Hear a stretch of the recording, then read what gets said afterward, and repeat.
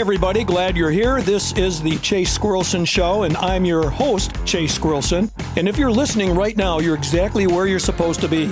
Today's episode is one of those conversations that starts simple and then goes somewhere interesting. So let's jump in.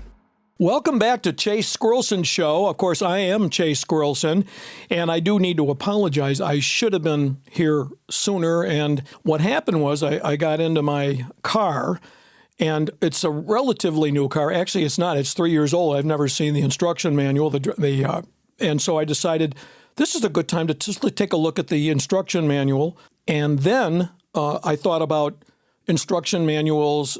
Like, who does those? So I had to do some Googling on that. So I got completely off track and then finally got the car into drive and head over here. But that's what it's like to be me. I could go from wanting to talk about impulsivity to, what's the average lifespan of a Polish person born in 1933. I mean, that's the way it's like to be me. I've got all these airplanes flying. I'm an air traffic controller kind of guy there's no place for the planes to land. And I was thinking about what it's like to be me.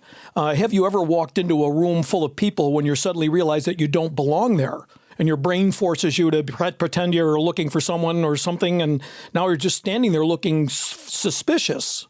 I've done that many times. So, what I say is like, welcome to the ADHD Olympics. Why does ADHD create more embarrassing moments for us versus what we would call typical people? I know it has to do with impulsivity, saying things before we can stop, and then spend the next 48 hours self-flagellating ourselves as we replay the moment like a broken DVD.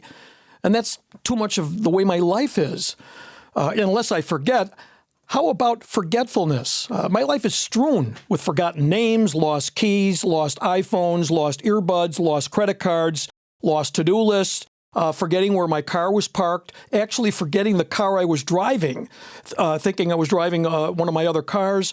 I've gone on golf trips and forgot to bring my golf clubs, quite often wearing non-matching shoes or socks. Forgetting to zip up my zipper coming out of the bathroom. Going to the wrong person's home for Thanksgiving. I actually did that once. Forgetting Valentine's Day, birthdays, and who I invited to play golf. Prescription sunglasses, forgotten appointments. Going to sporting events 2-3 hours early because I was in a different time zone when I put it on my calendar. I was in a different time zone and showed up for a Blackhawk game 3 hours early. How about taking my family to Disney on Ice and not realizing I got tickets for a Spanish-only production? And how does anybody do something like that? So the association with embarrassment and loss of my dignity is probably part of my life. This episode would not be complete without commenting on time blindness. I'm very guilty of chronically showing up late, leaving early, appearing disorganized, and being hardwired to think that I'm anywhere.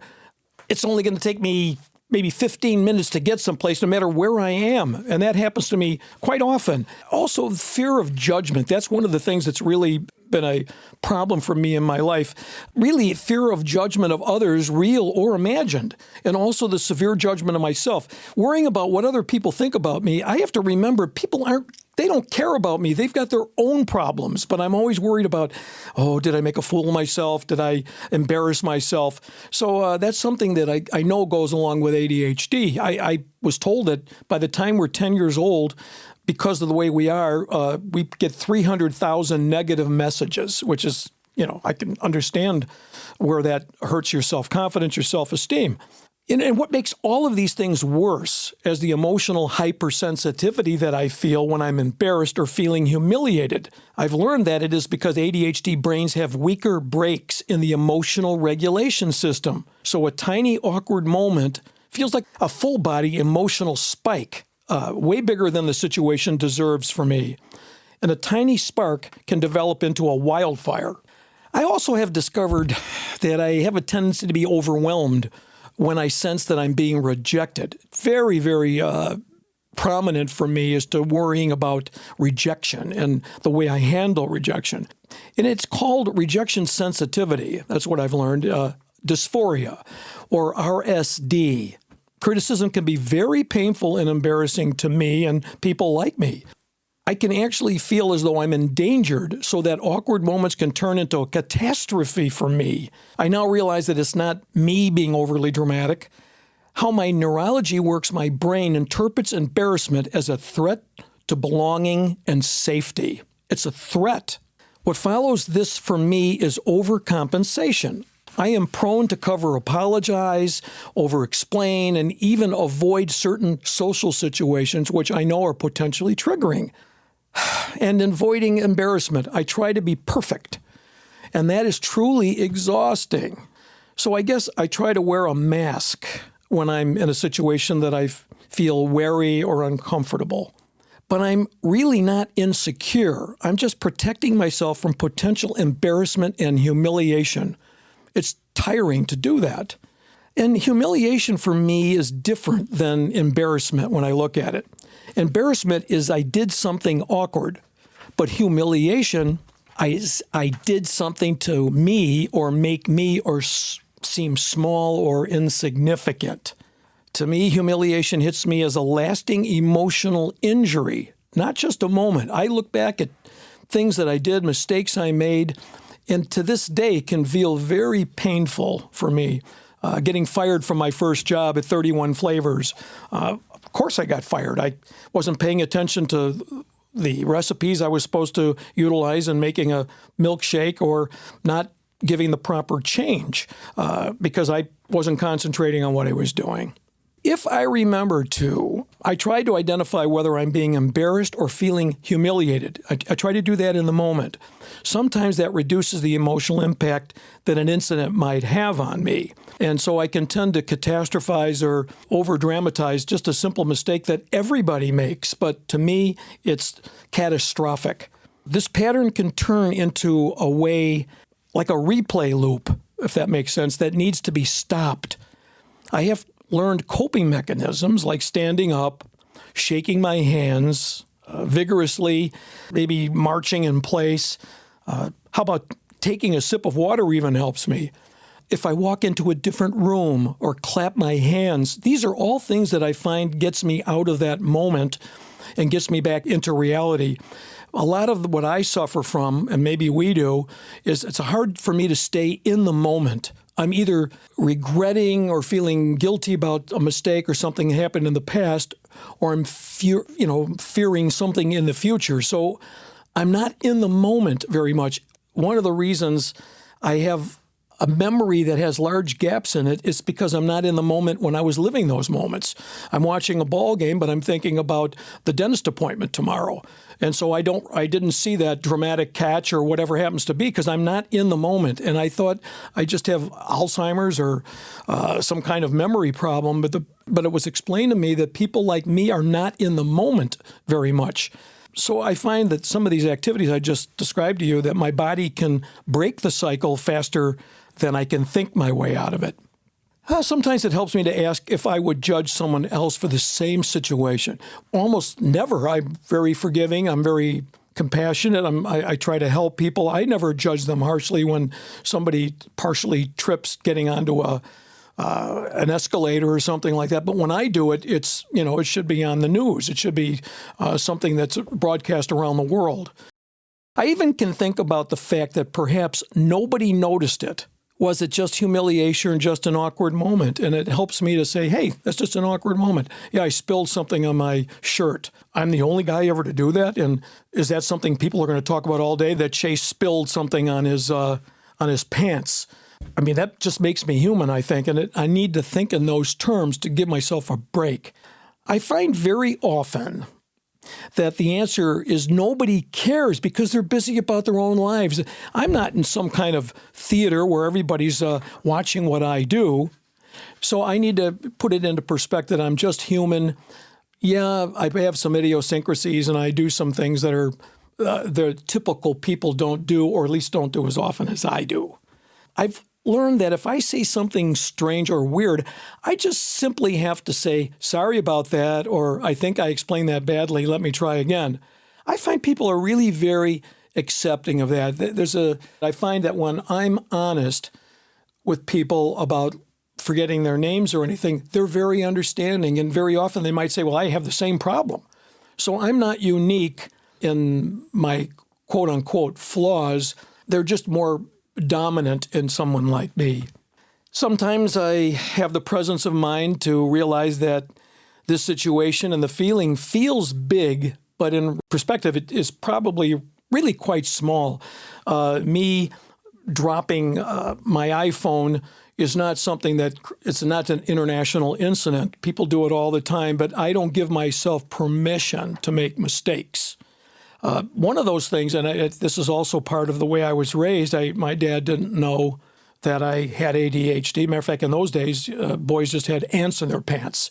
And so my dad would say things to me when I made mistakes or I failed at something. He would say things like, one of his famous lines that it was almost a mantra, he said, you don't ever want to be average, because if you're average, you're the lousiest of the best and the best of the lousiest. And I made lots of mistakes, and I was so sensitive to criticism and being humiliated that I wouldn't try to do things that were new because I might fail. I mean, I didn't start snow skiing until I was maybe 28 years old. I was really good at it. I was on the intermediate slopes the first day. Well, of course I was. I was a hockey player. I could skate. And the hockey stop and the skiing stop are the same. I didn't ski all those years because I thought I'd make a fool out of myself. And that really cost me, the idea that I can't be average. I just can't be human and learn how to dance and look clumsy in the beginning of it, because I didn't have permission to do that because of the way I was raised.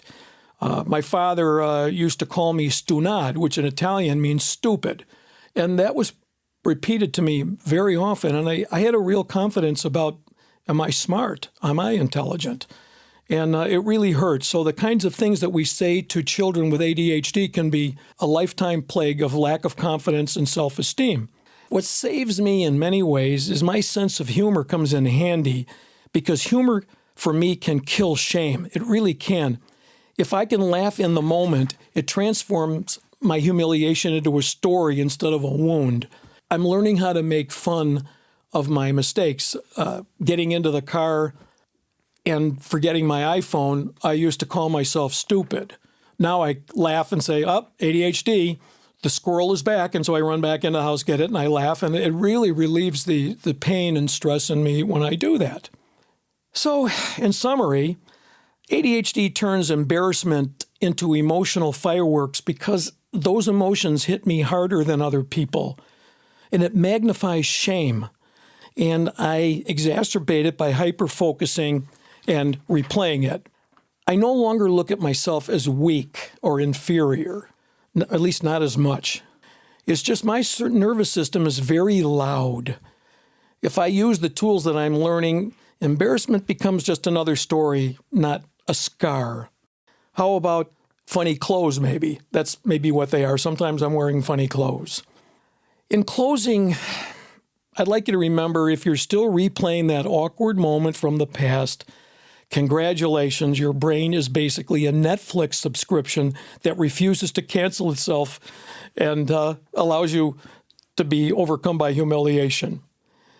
If someone tries to make me feel small, I just remind myself that I'm too busy keeping track of 15 unfinished projects to even fit it in there. Nonsense and embarrassment for me is normal. Humiliation happens to me, but ADHD means I experience both on the IMAX Deluxe surround sound director's cut setting. The simple trip for me is to laugh, hydrate, stretch, and for the love of dopamine, stop letting my brain treat every awkward moment like a Marvel origin story. I'm Chase Squirrelson, and thanks for hanging out and cringing with me. Please join me next time. If anything embarrassing happens between now and then, great. We'll use it as content.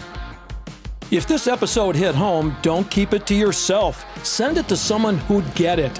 You can follow the show so you don't miss the next conversation. And if you feel like it, a quick rating helps the show a great deal. Either way, I appreciate you being here. We'll talk soon.